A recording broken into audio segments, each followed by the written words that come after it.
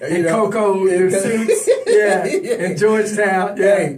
Hey, Miss Kim down Georgetown. Yeah. She played. Oh my God! Is Stan having another party? Yeah. They used to make a ton of money. I'm telling you, man, just off and I talk about it because me and Stan was talking prior to the show about people engaging in a lot of messy conversations. Yeah. It's like we all jump in messy conversations, but when we have those conversations that has something to do with memories or happy times, people get bored with it because they're not able to lead the conversation because they weren't a part of it. Right. That's a problem. Yeah. We need to get away from and you know where it comes from too, Stan? It comes from a place of not edifying the people who came up with the brilliant idea to allow you to have a good time. Yeah. Now you partying with them, and as soon as the party over, you go back home, you say, man, I wonder how much money they made. Right. Well, you know, you go always say, and then how about this? It goes even deeper, Archie. Every time I would do an event at the Grand Hyatt or the Convention Center or the National Press Club, the very following week, they will get 10 to 20 calls from people trying to book the joint and come behind me and steal the venue. Come on. See you know what I mean? Come on, man. So, I mean, you had a lot of that going on, you know, so it's all good. I want to thank you, man, for being a stellar in the community, in the DMV and abroad. You motivated me to jump out there one year when you did the Steve Harvey the Hoodie Awards. Yeah. You know, you in real talk, man, you inspired me. What I've learned to be I'm an older man. You know, we're older, and you're still able to look up to people that's older than you, younger than you, the same age.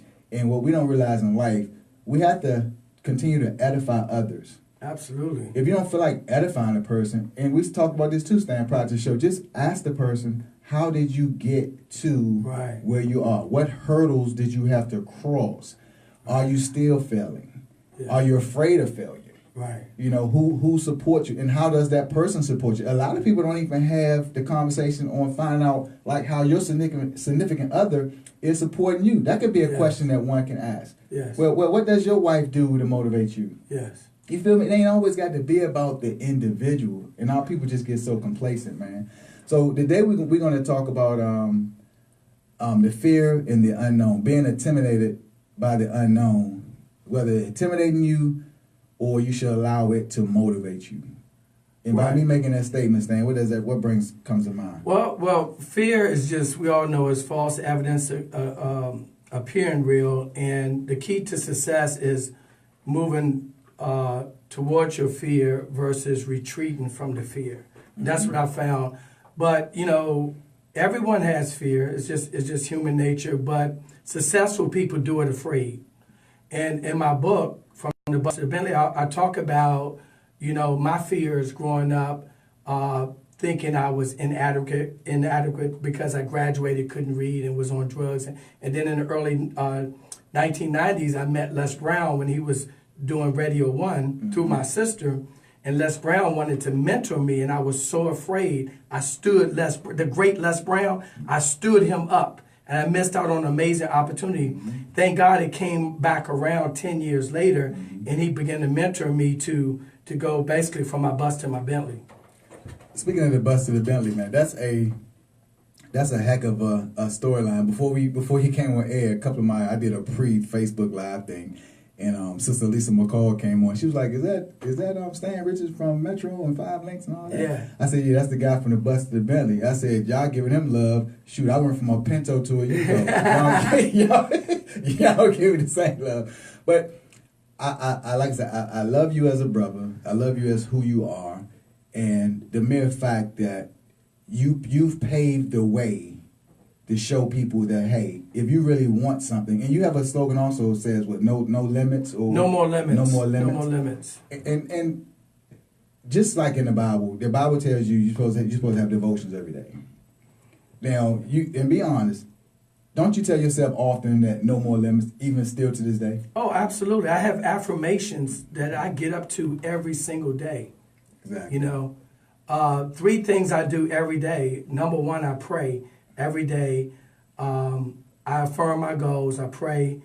I exercise and I read, because readers are leaders. Amen. Yeah. All right. So we gonna the number is 800-450-7876, 800-450-7876. I want you guys to join in the conversation. I'm trying to get to the bottom of just people in general, Stan. We fear so much, and we don't realize fear is causing stress. Fear is breaking up families. Fear is causing our youth and our kids to find excuses to fail, because the role model, whether it be a brother, a mother, father, whomever, they're not stepping up to the plate. What I am learning is they are stepping up to the plate to impress their friends, Sure. but they're not home instilling that same motivation in their household. Can you Right. speak towards that, Stan? Yeah, absolutely. Where fear, again, like when you consider a baby, Archie, you know, what shapes our life, this is what I found to be true. My mentor now is Bob Proctor. Okay. Amazing guy. But, you know, we learn from genetics, like when the time you were born. You know, we learn to walk, everything, you know, your mother, the sound, everything, your teachers, everybody's pouring into you. You have no opinion, right? Mm-hmm. So once you get to about 7, 8 years old, then you start to look around and your environment starts to shape you. So think about this, Archie. Think about this. Growing up in the hood, okay, if you consider a guy like me that grew up in the hood, 7 kids on public assistance, no father in the home, graduated, couldn't read. In the 80s, everybody wanted to be a hustler. Mm-hmm. So guess what? I wanted to be a hustler because that's who I looked up to. That was success for me. That's what I saw. The guys riding around with the kids on the car, chapter 3, the big chains. So, you know, they had all of the girls. So everybody wanted to be a hustler. Mm-hmm. Then you move on into the 90s. Now we start to get our government jobs, making 6 figures. Now you want to impress people who don't like you and people who don't know you. Amen. So we go buy the biggest house, we go buy the biggest Lexus, okay? We got the biggest rings, but we broke. They're broke. We don't have no money in the bank, we have no life insurance, and we're leaving the next generation worse off. The next generation. I knew it was gonna be one of them mouth opening shows. Like, so we're gonna the one thing that and everybody know that my show is about solutions, and Brother Stan just gave you, and that's what I'm saying. I need y'all to actually listen to my guests when they come on. He gave you several solutions to deal with whatever you're going through. And the one thing too I want you to speak towards is the whole mentoring piece. People get this idea that mentoring is an adult to a child. That's not the case always. Adults need mentors as well. Absolutely. And if you can elaborate a little bit, what does your mentor means to you, and what do you get from your mentor, and how? Well, everybody should have a mentor, because, you know, your success will never outgrow your thinking. Like, you know, if you're making, let's just say, if you want to go from a 50,000-aire to 100,000-aire, or 100,000-aire to a millionaire, right?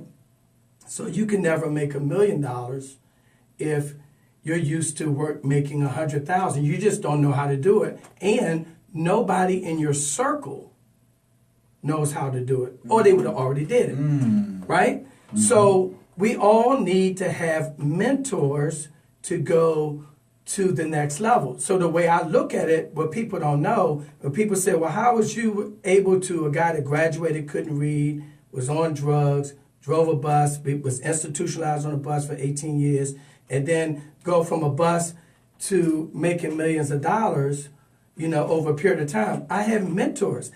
And this would come down to 3 things, Archie. Number 1, you have to make a decision. Do you want change? What is it that you really want? So for me, I wanted time freedom. Okay. I wanted to spend every day with my wife and kids. I wanted to send my sons to the best schools. I want to take them to school, pick them up, right? Okay, so it comes down to making a decision. Nobody in my environment could show me how to go where I wanted. Then number 2, I invest in myself. I stopped buying all of the suits, all of the bling bling, the nice cars, and I started to invest in my personal development. Okay. Amen. Then number 3, I got a mentor. That's very, very important. So Les Brown was my very first mentor. Then Dr. George C. Fraser. I've been mentored by Tony Robbins, all of the best of the best. Wow. Right? So you got to have a mentor to show you how to hit your goals. Okay. All right, you guys heard it from Stan. 800-450-7876. Again, that's 800-450-7876. Please call in to join the conversation. I myself, and a lot of people tell me I need to slow down because, you know, I'm coaching, I'm writing books, I had a radio show, and it's like on my heart, I don't feel well unless I'm helping other people. And you can probably attest to this as well. And I talk about this often. A lot of people will edify us on great things, but they don't like us. And real talk, you will find me. I repeat a lot of things on my show because at the end of the day, a lot of people don't retain. People listen to shows and look at TVs just for entertainment purpose. The purpose of this radio show is not to entertain you. The purpose is to feed your soul and feed your mindset so you can implement these things moving forward. We can talk, myself and Stan can talk about our resumes all day long. But what I've learned from many people are intrigued more by your failure than they are by your success. Yes, and, for sure. And we're going to get in deep with this too, Stan. And the sad part about it being intrigued about your failure, they want your failure to be very detrimental, because even if your failure is not super detrimental, they ain't even tripping off of that. They want to see you downright just, and the only time they're going to feel bad about you, true statement or true facts, is even if your worst times, you still can help them. Right. What is that about? It's crazy, man. I'll never forget. Can I share a quick story, Archie? This is yours. Come on, man. I'll never forget, in 1987, I got fired from the police department, right? Mm-hmm. For, y'all got to read the book if you want to know why. But I got fired, and I was at my lowest point in life, and I got fired a week before my graduation, right? So then, Archie, I had no job. I had a brand new Corvette, right? And with no job. I'll never forget this. And then I hit the street to find a job, and I got the job at the Grand Hyatt as a security guard. Okay. And so all of the guys that came out of my class used to come in and eat lunch at the Grand, and I had to see this, and they had guns and badges. I had a walkie-talkie, right? But let me share this. Here's my point. When you're at your lowest point in life, when you're at your very lowest point in life, people will laugh at you. But when you're at your lowest point in your life, that's when you are most powerful. Amen. Because you can see nothing but truth. Amen. Nothing has value but the value you forget it. That right there, Archie, if that didn't happen, I wouldn't be the man I am today. Because it catapulted me to a whole nother level. I stopped worrying about what people say and think. Because people talked about me for about 90 days, and then that was old news. It was old news. Right? So what that did was that drove me to become an entrepreneur. First of all, it drove me to get a good job at Metro. Then it drove me to be an entrepreneur. Then it drove me to own my own business. It drove me to win the Hoodie Awards. Okay? So what that did was just light a fire under me when you're at your lowest point. Amen. Amen. I'm trying to tell you, my man Stan. Hey, wow. Man, Nikki know me. Nikki, I get so excited about my guests, man, because I love real people. I love knowing that there are solutions out here, Stan. I love people knowing there's solutions, and also I don't use the word hate, but I dislike that people aren't incorporating solutions in their lives. From researching in the library to looking at educational stuff on TV, to sitting down talking to a prominent figure in their family, to reaching out to like you or myself. I can tell you, people don't reach out to me other than the athletes, the moms and the dads that I coach, the kids. But at the end of the day, that kid is not going to do right until mom and dad do right. Right. So mom and dad is using the kids as an excuse to, I guess, make them feel like they're doing a great job by their kids, but they're not. And our kids are so very inquisitive. They're paying attention to everything that's moving, but we're not taking the time to set them down and talk about real life issues because adults don't want their shortcomings to come out. Right. Can you speak to that? Oh yeah, absolutely. First of all, kids do exactly what we do. They're watching. So a lot of adults live in fear. So guess what? Your kids gonna live in fear. Right. Okay. A lot of people hide behind their degrees and their titles. Okay, but really they living in fear, and they're out here chasing money, and they're losing their family because they're chasing the almighty dollar. How sick is that? I've lived that. I can't speak to nothing that I haven't lived. Amen. Right? I drove the bus 100 hours a week to make six figure to buy the biggest house I could buy. Right? Okay, and ended up living on the bus and almost lost my wife and kids because I was chasing the dollar. So people do that all the time. And what's happening is the kids are ending up raising themselves and going out here to, people in the street where they can actually get time. From so they can get the love from them. You know what I mean? So our kids and our wives need time. Right. You know? And again, because we haven't been good stewards with our money and we're trying to look good for the next person, guess what? We broke on a higher level. So now we got to keep up this facade to make people think that we're doing really, really swell. But in turn, we're hurting inside and we're losing our family on the back end. You said something I'm going to point out, man, that's very valuable, and that's your wife, your girlfriend, your significant other that needs time. Also, a main component is what we're missing out on is the families need time. Even the families that didn't have, I came up on the TV dinners, I came up on the TV tray that you had to fold, and if the plate was too heavy, that junk was sunk in, and I would, make a mess of all those. We came up with the government cheese and all that, but I knew the one thing that I can say is whenever my dad had enough money to go to Ponderosa, I know I'm aging myself, and he would take me and my mom to Ponderosa. At that moment, I felt like somebody. Absolutely. As a family. A lot of families are not doing that on a continual basis. They're not, and they can't say they're coming from a place of not having money because we seeing a lot of these people wearing nice clothes, driving nice cars, but yet they're not taking that time to, like you said, invest in their families. And we're talking about investing time into your families. Yeah. There's no reason why you as a family can't come together and have an outing, even if y'all share a meal. Right. But you have to show that young man and that young lady the importance of family and the importance of coming together. Because if you don't, when we're dead and gone, they're going to live an individual life. And living an individual life we know is a dead-end street. Absolutely, man, and we got to prepare, especially our boys, for the future. One of the things that I share with my son, Stan Jr., and you blessed me with your book, man. Hey, man, he got 2 of your books, thank you, sir. Right? Is that okay? Because now he's a senior at McNamara, so he's trying to figure out this whole college thing, and so. I shared with him, okay, you got to know what you're going to school for. It's not just a party, because 8 out of 10 of our kids are going to college, and they're not finishing. Right. Like less than, me and Sharice, my wife was looking at the stats today, less than 50% of our kids are finishing, and all HBCUs are not finishing. Wow. Less than 50% are not finishing the school. So they're going down there partying, okay, and 8 out of 10, Archie, that graduate can't find a job. So, what I do is I sit down and I let him make the decision, right? But I coach him and give him all of the different plays that, and this is what's on the table, okay? And you got to be very careful and know why you're going there.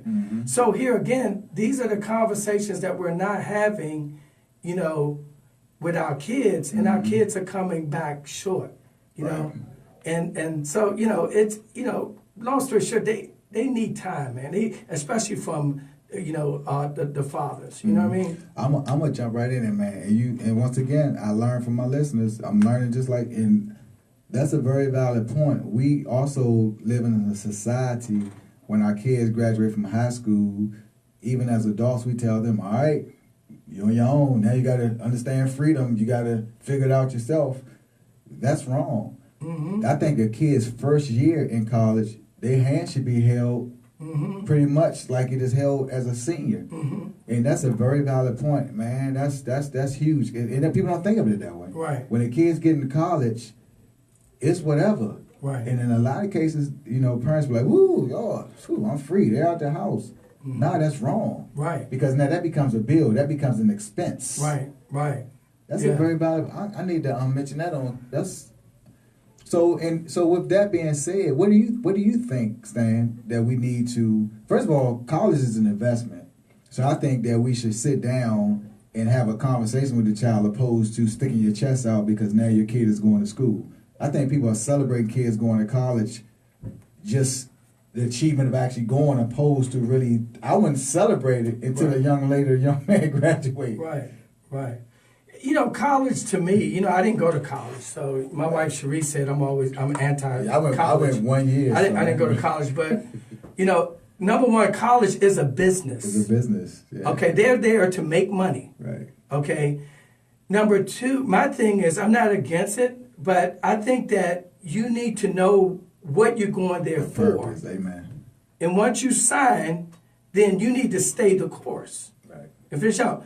We've been blessed, with my son Stan went to boarding school, so he lived on his own from 6th grade to 8th grade before he started at McNamara. But here again, you got to know your child. Now, my son sometimes I got to beat him out to bed. Yeah. So, I'm not going to let him go sign for, and I'm definitely not going to sign for a $40,000 a year loan when he can go, in my opinion, to PG Community College or Bowie State and work a full-time job that way, because he has the entrepreneur spirit just like me. So he's going to be a businessman. Right. No doubt about that. He's going to be an entrepreneur. No, he don't want to. He's a hard-working kid now. He got 2 jobs now. Okay. But he wants to make money. So now my thing is, okay, why don't you consider these some options here, going to a PG Community College for 2 years, and then if you say, okay, this is what I want to do, I know I want to do this, I want to be a doctor, lawyer, whatever you want to do, then you go ahead and make that investment. But what's happening, Archie, if we can be honest, we're beating these kids over the head to go to college for what? It's a different day and time. Amen. You know what my mentor said to me, Archie, he said to me, in the millennium, the illiterate won't be the person who can't read or write, but the person who can't learn, unlearn, and relearn. We're living in a new day and time. Okay? That's pretty deep. Now, people don't want to hear that, but that's pretty deep.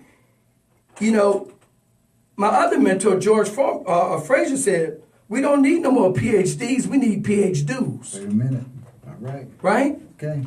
So, that's a mad, hey man, that's a mad scramble, but that's the confusion. And I don't play the blame it on somebody else game. Mm-hmm. I don't play that game, but I'm a realist. And it goes back to the adults again. If you don't see how society is allowing all of us to run around like our heads are cut off and not really paying attention to the big picture. They want you to think that you need this to get that. Right. And they want you to think that you have to prove something to somebody else and do everything on an individual basis. They're trying to strap or disconnect the family component. Right. There's no successful nothing without team. Right. You have to be a part of some type of team to be successful. Yes. And it starts in a household. People wondering why the kids are using profanity, why the kids are disrespecting whatever, because you don't unite as a team. Right. You're all living as individuals in your household. Right. Another component, people are not praying together. I done heard several fathers saying that, I pray, I take it to the Lord all the time. Okay, but you're taking it to the Lord. But you're not taking it to the Lord with your family. Right. Not with your child, your daughter. Right. Not with your co-workers. Right. Speak to that, Stan. That's huge, man. I tell people all the time now, Archie, you know me, I'm not a church dude, but I love God. I love God. And I believe that, everything comes through Him. Amen. So I believe strongly in prayer, And me and my family pray together. I pray with my sons. My sons can pray. Me and my wife pray together. And we believe in that first and foremost. That's the component. That's a starting. Like I told you, man, the Archie Beslow show, Let's Figure It Out, is a solution-based show. This show is not meant to entertain you. This show is meant to grow you and to put growth in your family and on your heart. I do believe, and I've seen the actions of the art of praying. And when you pray, things change. Once again, when you're in tune with prayer, things change. When you associate yourself with other people that pray and believe in God, things change. When you can't have a healthy conversation about God or about praying with an individual, then you need to step back and reevaluate that conversation. Yes, absolutely. I totally agree 100%. Because right now, a lot of people are talking about a whole bunch of nothing. Yeah. I mean, I just don't think when you look at what's going on in society right now, I just don't think there's, no getting around it. Right. Period. Point blank in the story. Right. You got to humble yourself and, and pray. I don't like talking politics. I don't like talking politics, but politics now is the new devil that's upon us. And a lot of us are not engaging, and I'm going to keep talking about it. This is a hot topic, our families and our kids in the political piece. We all think that it doesn't directly affect us, what's going on Capitol Hill and the White House. In actuality, if it's not affecting you now, oh yeah, it's going to affect you. If you got a kid that's 5 and 6, he cute as a button and all that, when that kid turns 25, you're going to regret the fact that you didn't explain to them as they was growing up how the world really functions. Absolutely. Absolutely. The whole situation with Kavanaugh, and my whole family watched that and followed that. And one of the topics that me and my son had was, a lot of people, and I don't want to get into the politics thing. I said, a lot of people, as you can see, can go to college, have a great time, party, drink, but then be at the top of the class. Right? I said, Stan, you got to be, if you're going to go and out and have a good time, you got to get them grades. Got to get them. At the end of the day, you can say what you want about this guy, but guess what? He graduated at the top of his class. Gave him a pass. What we do, we go out and do that, and then we come back home with nothing. With nothing. Come on now. All right, we got to touch on we got to touch on it. The Bill Cosby situation. This is my position, and they got this thing called the Me Too movement, and so on and so forth. Once again, our kids are seeing these shows or this situation with Bill, and I always said those are teachable moments. Absolutely. Whether the conversation with you teaching your child about Bill Cosby himself, that's your option. But there's a teachable moment to say, hey, look, this guy was XYZ. Because he was XYZ, he did some things that he may not should have done, and this is what it got him. And he's now 80. And look how society is treating him. So whether he's guilty or not, this still is how society is treating him. Some people say, well, he should be treated this way. I'm not arguing how he should be treated, right? But I want our young folks to know that somebody, no matter how high you are, society is still waiting for you to drop the ball so they can impart harm and evilness to you. Oh, absolutely. One of the things that I share with my boys about the whole Bill Cosby situation is, number one, Archie, we reap what we sow. Nobody gets away. And whereas much is given, much is required. Amen. Okay? And you have to be careful with success. Because, I'll be honest, I talked about it in the book. When we were doing them shows at the Grand High with 2,000, 3,000, 4,000 people, my head got so big, I was staying the man. Right. Right? And sometimes you got to be humbled Okay, you can't ever forget where you come from. Right. So my thing is, you have to, be very careful with success because, what comes with success is a lot of responsibility. Okay. And we reap what we sow. I haven't seen nobody, Archie, you've been a police officer for many, many years. Mm-hmm. I haven't seen nobody get away yet from wherever you done wrong. Yeah. And we've seen some of the biggest hustlers in D.C., the biggest crooks in D.C., they either go to jail, get killed, but nobody ever gets away. Nobody gets away. That's a valid point. And that also brings me to, if you do right, you feel right. If you do bad, you should feel bad. We have to get to a place of making every individual realize that you're not only hurting yourself, but you're hurting your brother, your sister, your mother, your grandmother. You're hurting people that you don't even realize that you're hurting. We have to go back to a place of people being sensitive to their actions opposed to being reckless with their actions. Absolutely, man. You feel me? And, Yeah. and it just appalls me that, and I'll say it, if you and I would go somewhere, people will find 1,000 things negative they say about us. I'll do this. If it's a group of 10 people, probably 8 people out of that will say something negative about Stan or Archie. But those other 2 that are saying something positive, they get it because of their upbringing and because of who touched them along the way. Right. Everybody don't want to be hateful.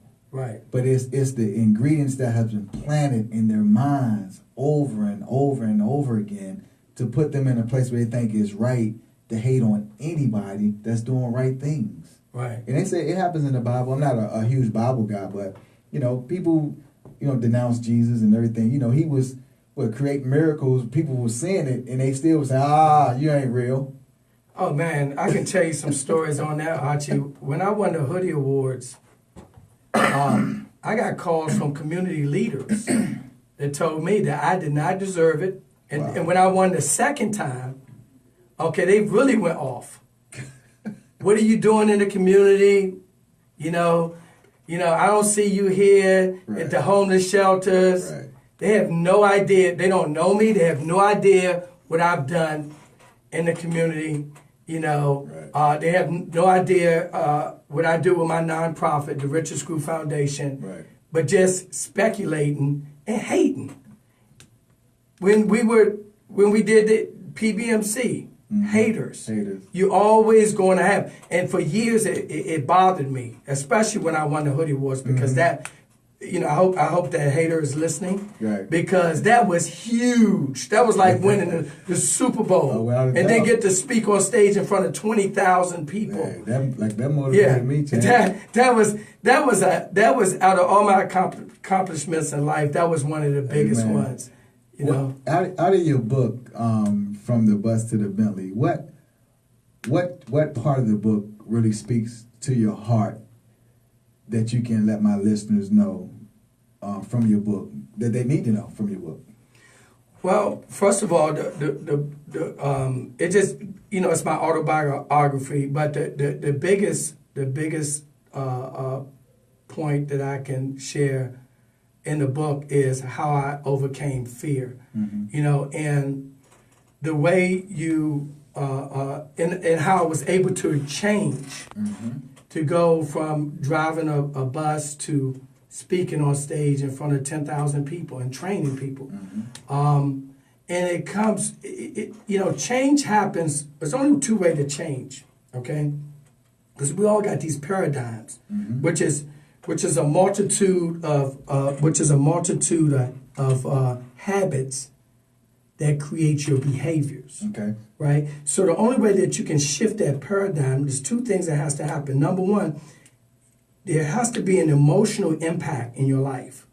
So for me, I talk about in the book, Archie, when my brother Tim was diagnosed in 2005 with pancreatic cancer, it changed my life because I started begin to look at the way I was living. Yes, sir. I had a nice house, cars, all of that, but I was living on a bus in the hood.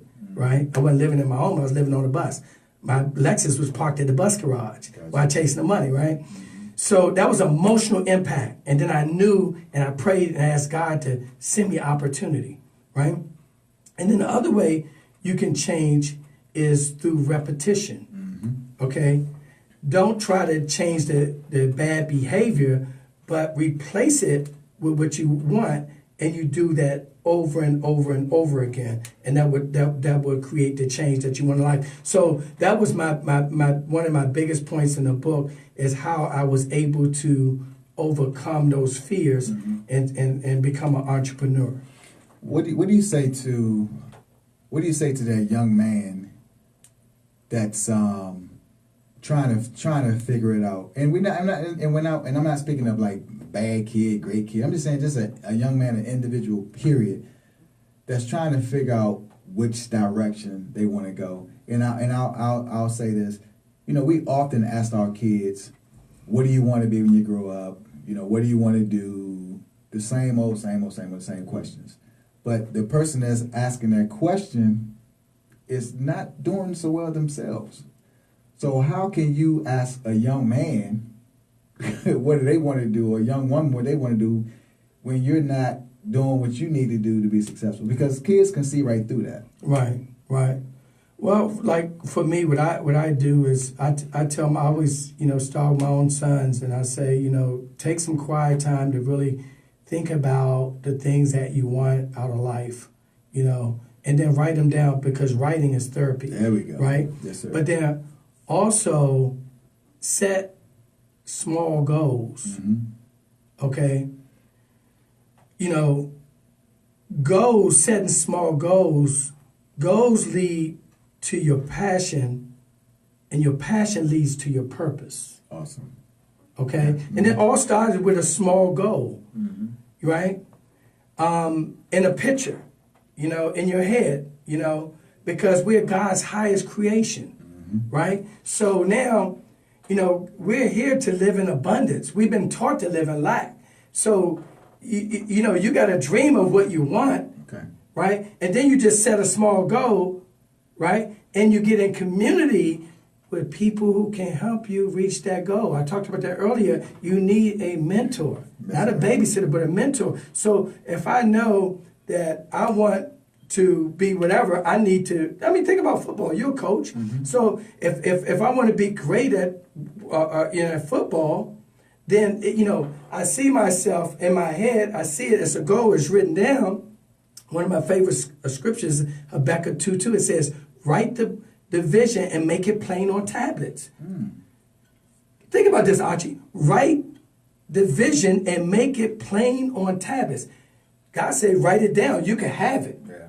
Right? Then find me a mentor like Coach Archie that could show me how to reach that. There we go. You follow me? And that's the void, Stan. Them nuggets, man. I always tell people, you shooting out a lot of nuggets, man. And I just hope my listeners are receiving the nuggets. You have to associate yourself with people that are doing well. You have to pray often. You have to respect your family in order for your family to respect you. You also got to know where you're going and where you want to go.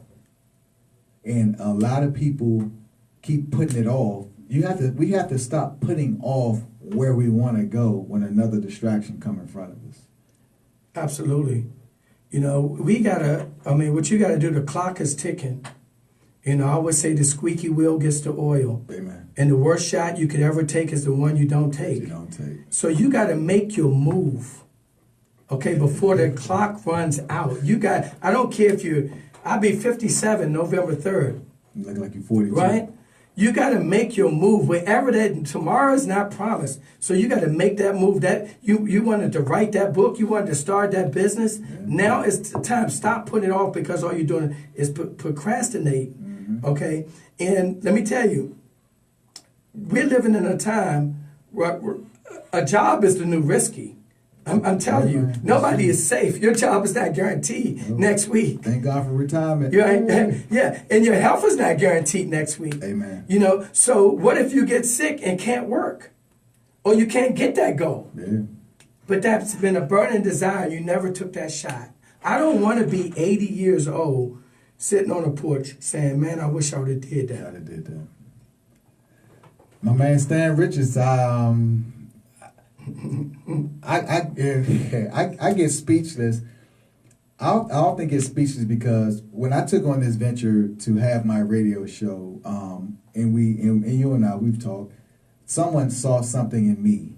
What I do love about the world is that there are certain people that will come in your life and say, hey, you need to do X, Y, Z. And I want to thank all those people. And I can't call y'all by name because so many people have put their hands on me and touched, had an imprint on my direction on where I'm going in life.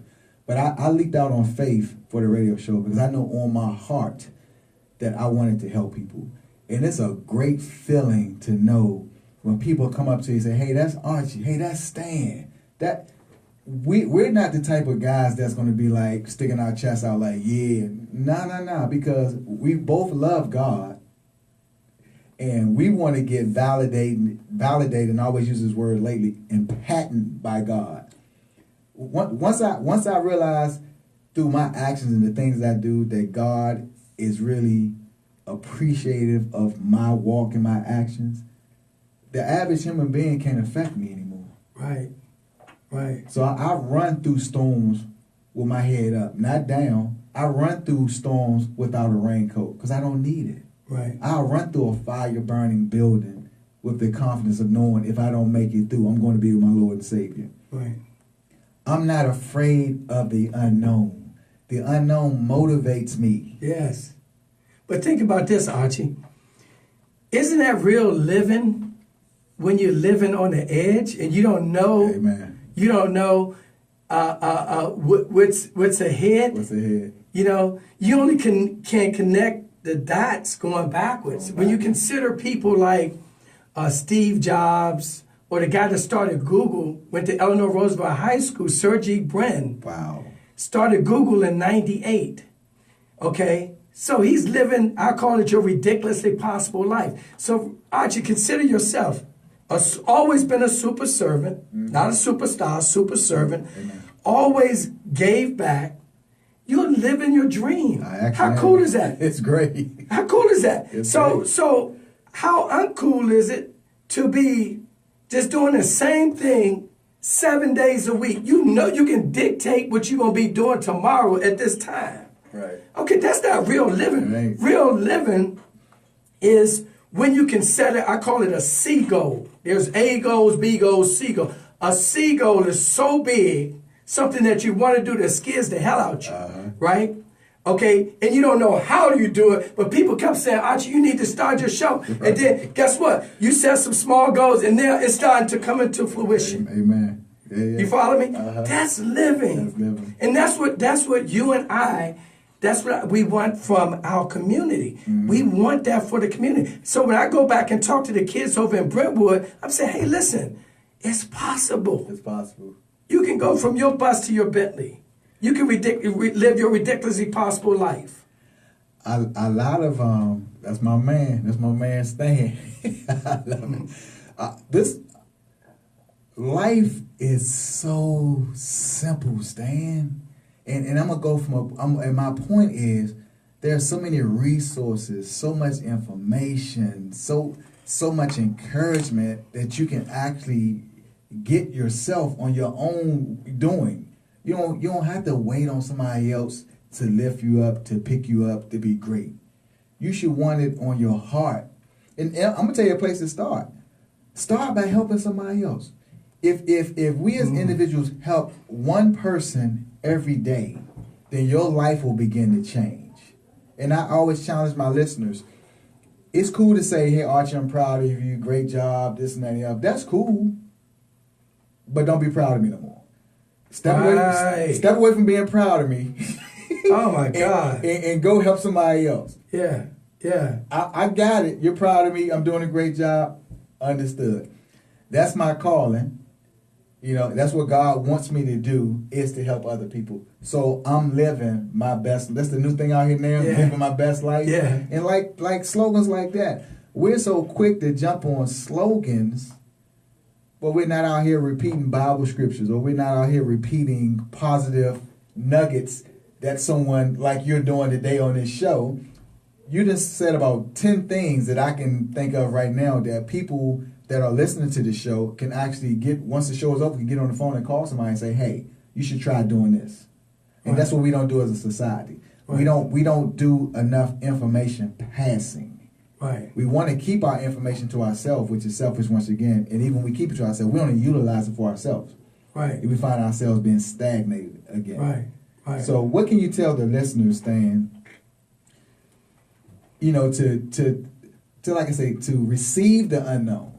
Just receive the unknown. Yeah, right, right. Well, let me just say this. First of all, success without significance is the ultimate failure. So for those who get a little successful and they don't want to give it back, you know, that's the ultimate failure. The true success is when you can go back and help others. Mm-hmm. Okay? Now, just understand that we all got gifts. Mm-hmm. Okay? We are God's highest creation, right? So I don't think that God put me on this earth to drive the 70 line for 40 years, right. To drive a bus up and down the avenue. Mm-hmm. Okay, that's a great job, don't get me wrong. Mm-hmm. I got gifts. You got gifts. Your listeners got gifts. That's right. It's our responsibility when that imagination, that gift that you got, to act on that gift. Act on it. Yeah. Or you're going to lose it. You're going to lose it. And think about it, Archie. Every day, we're either creating or we're disintegrating. Mm. So you got a gift here. I'll give you a prime example. When God laid on my heart to write my book, From the Bus to the Bend, I kept saying, I can't write a book. I read probably on the 7th grade level now, right? So, how am I going to do this? He said, write the book. I didn't even have the title. Come on, man. I started writing my story out, starting back in 1968, right? What it was like in the 60s, what it was like in the 70s, what it was like in the 80s, the 90s, 2000s. And then God gave me the title. Here's your title, From the Bus to the Bentley, No More Limits. Powerful. And the book is all over the world. Yeah. And now through the book, I'm able to help and empower other people.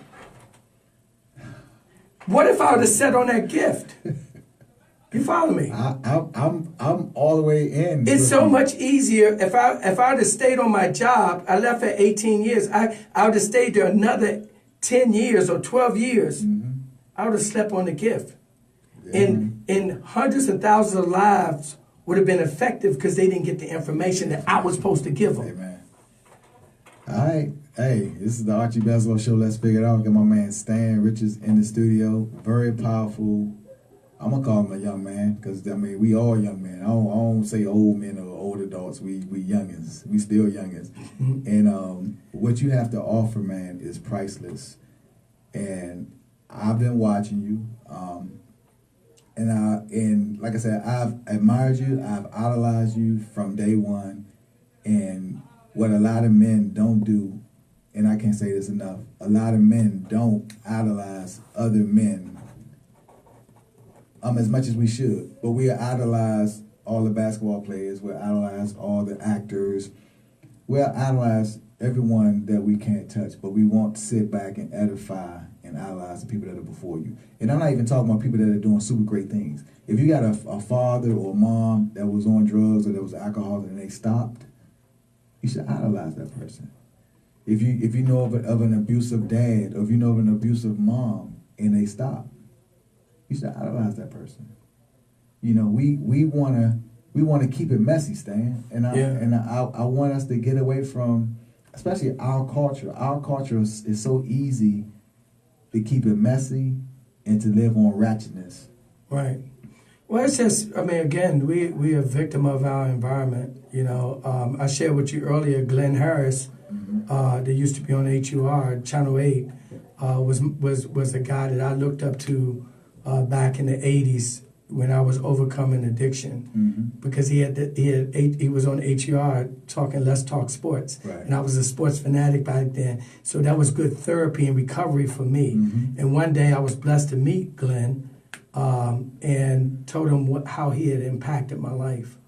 So here again, you're always going to have people who's going to live on the negative side.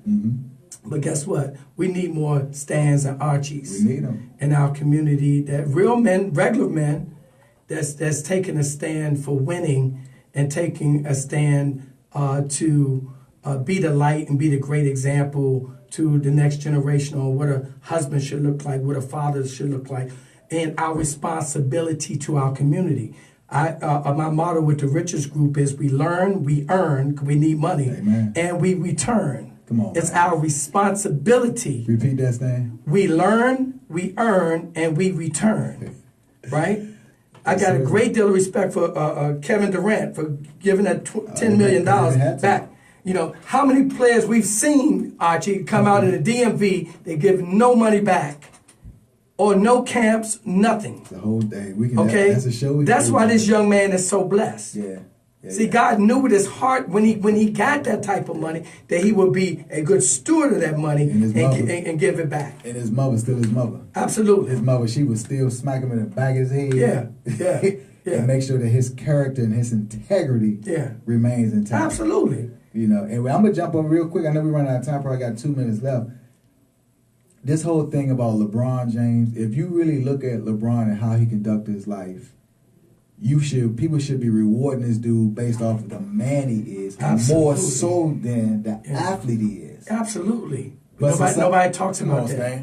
They don't talk about that. Come on. You know, they don't talk about that. I don't know no other athlete who have represented our community better than LeBron James. From day one, when he was a kid. I remember when he first got drafted, he was at my party in Crystal City. He was in town with Allen Iverson, and they came to the party. I mean, young man, he couldn't have been no more than 18, right? And just a great guy, man. Great guy. You know, that's what we need. And I tell, and I have conversations with dads. It's cool. So this is my thing. Stop teaching your kid to be street smart or street tough, but teach them to retain wisdom. Yes. Wisdom will get you out of trouble. Wisdom will actually allow you to think. Yeah. But the street toughness is a proactive, or you know where it is you get what I'm saying? Yeah. Street tough make you do something without even thinking. Right. But a kid with wisdom can be like, you know what? I don't want to do that because my mom and dad, you know, I can't treat my grandmother that way. I can't treat my sister that way. But well, Stan, I gotta bring you back on the show, man. Okay, we'll do it. Yeah, we gonna. This was very good. This is very good, Nikki. What my dynamite engineer, Miss Nikki? What I'm looking like, Nikki? Nikki had that one finger. That one finger means 1 minute. So in closing, Stan, I appreciate you. I want to thank you. You are doing God's work. You are doing the work of a family man. You are doing the work of a leader. And I want to personally applaud you. And I want you to continue to do the great work. And I want you to continue inspiring me because you give me someone to keep me motivated. And I'm grateful and I'm thankful to you for that. Hey, Archie, thanks for having me on, man, and it's our duty. Thank you. Man. All right. We good? All right. Good stuff. Absolutely.